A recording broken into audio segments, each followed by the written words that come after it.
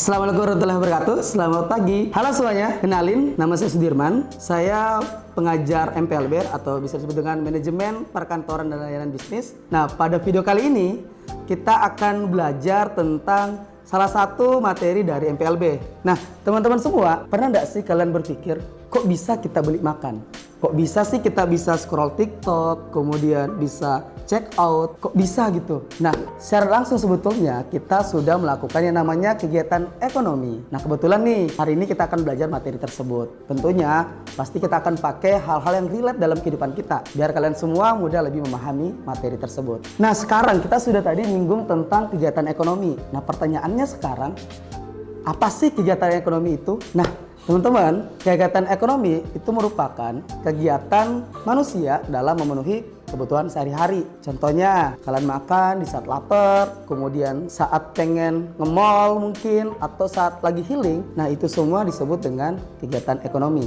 Nah, sekarang kok bisa gitu ya? Kok bisa kita makan di saat lapar, kemudian shopping, healing, kok bisa disebut dengan kegiatan ekonomi? Nah, teman-teman, dalam kegiatan ekonomi itu kita ada 3 hal yang kita sering dengar. Pertama, ada konsumsi, kemudian yang kedua ada produksi, dan yang ketiga ada distribusi. Nah, hari ini kita akan bahas ketiga kegiatan ekonomi tersebut. Yang pertama, kita akan bahas tentang produksi. Teman-teman tentu sering banget ya pasti belanja, check out barang atau check out, mungkin yang cewek-cewek mungkin suka skincare kali ya. Nah, sekarang kok bisa ada skincare gitu kan? Kok bisa ada makanan saat kita lapar? Siapa sih yang buat? Apakah barang itu langsung ada atau ada yang membuat? Nah, tentunya pasti ada dong, karena kan hal tersebut bukan magic yang tiba-tiba ada. Nah, yang membuat barang-barang tersebut itu disebut produksi kegiatannya. Nah, teman-teman, produksi itu kegiatan untuk menciptakan barang atau jasa, atau juga bisa dibilang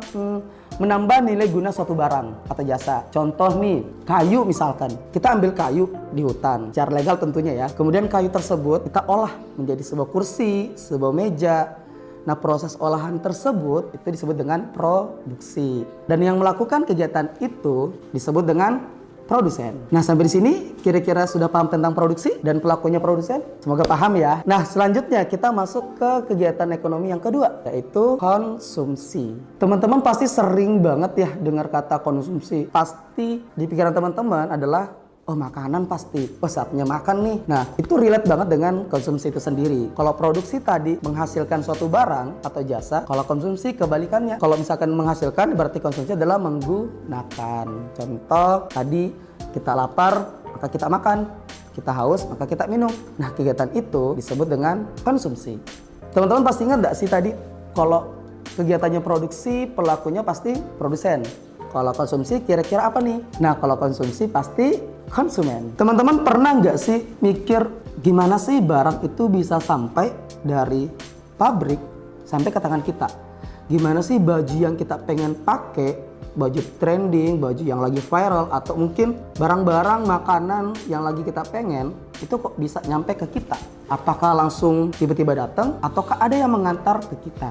Nah, tentunya pasti ada yang mengantar dong. Walaupun misalkan kita yang suka check out mungkin atau suka belanja online, itu kan pasti barangnya langsung ada ke kita. Yang antar yang JNT, JNE, atau mungkin ShopeePay, bahkan yang suka beli GoFood mungkin. Nah, orang-orang yang mengantar itu kegiatannya itu disebut dengan distribusi. Karena distribusi sendiri adalah penyaluran barang atau jasa dari tangan produsen ke tangan konsumen. Nah, pelakunya itu disebut dengan distributor. Nah, gimana nih teman-teman untuk kegiatan ekonomi dari konsumsi, produksi, dan distribusi? Apakah sudah paham kira-kira? Semoga paham ya. Nah, teman-teman, mungkin selanjutnya kita akan bahas faktor-faktor ya, faktor-faktor yang mempengaruhi konsumsi, produksi, dan distribusi. Kita akan bahas yang pertama, apa ya bagusnya ya? Produksi kali ya, yang awal mula. Nah, teman-teman, untuk faktor produksi, faktor-faktor yang mempengaruhi produksi itu ada banyak banget. Di antaranya ada sumber daya alam. Sumber daya alam kan berarti berkaitan dengan bahan baku ya tentunya. Nah, teman-teman, kira-kira baju yang kita pakai ini apakah langsung sudah jadi baju? Ataukah mungkin ada bahan mungkin yang kita gunakan sebelum jadi baju ini? Sebelum jadi baju pasti ada bahan bakunya ya, atau kita juga bisa sebut dengan bahan mentah. Nah, itu yang disebut dengan sumber daya alam. Misalkan buat baju bahan bakunya pasti ada kain, kemudian ada benang, ada jarum. Nah, itu disebut dengan bahan baku. Makanya faktor produksi yang pertama adalah sumber daya alam, yaitu bahan baku. Nah, kemudian kira-kira kalau misalkan sudah ada bahan bakunya, apakah bahan bakunya tiba-tiba dari kain tiba-tiba jadi baju? Nah, tentunya pasti tidak dong. Nah, pasti ada orang yang melakukan itu. Makanya faktor produksi yang kedua adalah tenaga kerja. Tenaga kerja adalah orang-orang yang melakukan kegiatan produksi itu. Atau bisa juga kita sebut dengan mungkin kayak karyawan, atau kalau misalkan baju berarti tenaga kerja adalah penjahit. Nah, itu adalah faktor produksi yang kedua, tenaga kerja. Sampai sini. Kemudian kita lanjut ke yang ketiga. Kita sudah dapat bahan baku, kemudian kita sudah punya tenaga kerja. Nah, kira-kira kita butuh apa lagi nih? Pernah dengar nggak sih kalau katanya setiap kebutuhan itu butuh uang? Nah, sama dengan produksi. Produksi juga tentunya pasti butuh uang atau bisa disebut dengan modal. Nah, modal sendiri itu adalah utama dari kita produksi. Karena ya gimana sih, bisa nggak sih kita beli kalau kita nggak punya uang? Bisa nggak sih kita beli bahan baku kalau kita tidak punya uang? Atau bisa nggak sih kira-kira kita bayar karyawan kalau tidak punya modal? Nah, tentunya jawabannya adalah tidak. Makanya faktor produksi yang ketiga adalah modal. Nah, teman-teman, banyak banget ya faktor produksi. Saya bilang di awal, banyak banget faktor produksi yang mempengaruhi produksi itu sendiri. Selain dari 3 hal tersebut, nanti kita akan bahas menguliti lebih lanjut di video selanjutnya. Nah, selanjutnya ada konsumsi. Faktor yang mempengaruhi konsumsi tentunya juga pasti ada banyak banget nih. Nah, kira-kira teman-teman, kita disajikan makanan di depan kita. Misalkan nasi padang mungkin, misalkan ada nasi padang nih depan kita. Kita kumpulkan 10 orang untuk makan nasi padang. Apakah semua orang itu suka nasi padang? Apakah semua orang suka khasnya nasi padang yang banyak, ada lomboknya, jadi lapar nih? Apakah semua orang suka itu? Tentunya tidak. Karena setiap orang punya selera masing-masing. Makanya faktor konsumsi yang pertama itu ada selera. Selera itu sendiri sangat mempengaruhi orang untuk mengkonsumsi suatu barang atau jasa. Misalkan juga kayak ini teman-teman yang sekolah kali ya. Orang-orang tentunya pasti punya sekolah masing-masing yang diinginkan tentunya. Entah itu sekolah negeri atau sekolah swasta, entah itu SMA atau SMK. Nah, itu yang dimaksud dengan selera. Karena setiap orang punya keinginan atau punya kemauan masing-masing, dan itu mempengaruhi konsumsi. Yang kedua, teman-teman, itu ada pendapatan. Ibaratnya seperti ini. Misalkan teman-teman dikasih uang misalkan dari orang tua untuk yang belum kerja misalkan ya. Misalkan dikasih uang 50.000. Ada uang nih 50.000 untuk belanja. Nah, untuk uang 50.000 kita pasti bisa beli makanan mungkin sama minum ya. Nah, sekarang kira-kira kalau misalkan orang tua kalian lagi baik, dari 50.000 uang jajan kalian tiba-tiba dikasih 1 juta per bulan. Dari awalnya 50.000 per bulan. Nah, kira-kira bisa lebih banyak beli ketika kalian punya uang 50.000 atau punya uang 1 juta? Nah, tentunya pasti yang uang lebih banyak dong, karena kita tidak perlu mikir-mikir untuk belanja ya. Karena kalau 50.000 ya dapatnya cuman makan, minum. Tapi kalau untuk 1 juta, kayak kita bisa borong nasi padang deh untuk makan sekampung. Nah, itulah makanya kenapa pendapatan sangat mempengaruhi konsumsi. Karena semakin tinggi pendapatan seseorang atau semakin tinggi uang jajan seseorang, maka hal yang untuk kepinginan untuk membeli itu makin tinggi. Tapi gitu pun sebaliknya, semakin sedikit pendapatan seseorang, maka keinginan untuk membeli juga makin sedikit.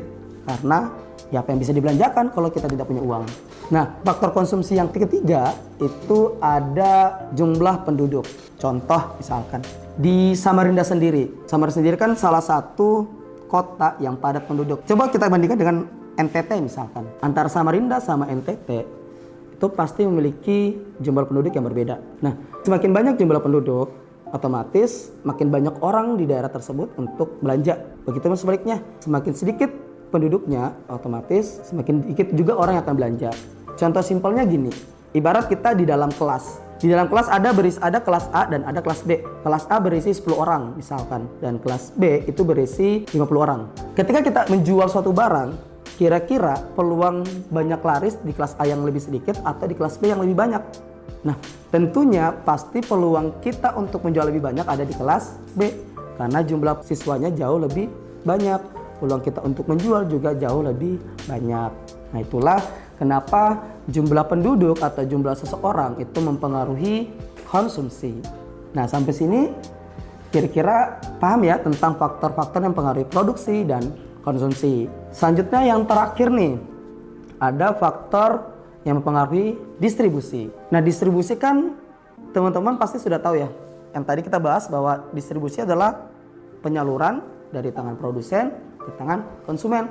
Otomatis ada jarak yang dilewatin. Makanya salah satu yang mempengaruhi distribusi itu juga ada jarak dari tangan produsen ke konsumen. Karena semakin tinggi jaraknya, otomatis semakin susah untuk mengantar distribusi tersebut, atau bahkan mungkin semakin mahal biaya distribusinya, karena tentunya tidak ada yang gratis kan di dunia ini. Nah, kemudian yang kedua itu ada bencana alam. Nah, bencana alam sendiri, contoh nih, kita tidak mendoakan ya teman-teman, tapi contoh misalkan ada sebuah kota yang lagi kena musibah bencana alam, banjir misalkan. Nah, kira-kira bisakah kita mengantar barang ketika di daerah tersebut lagi bencana alam?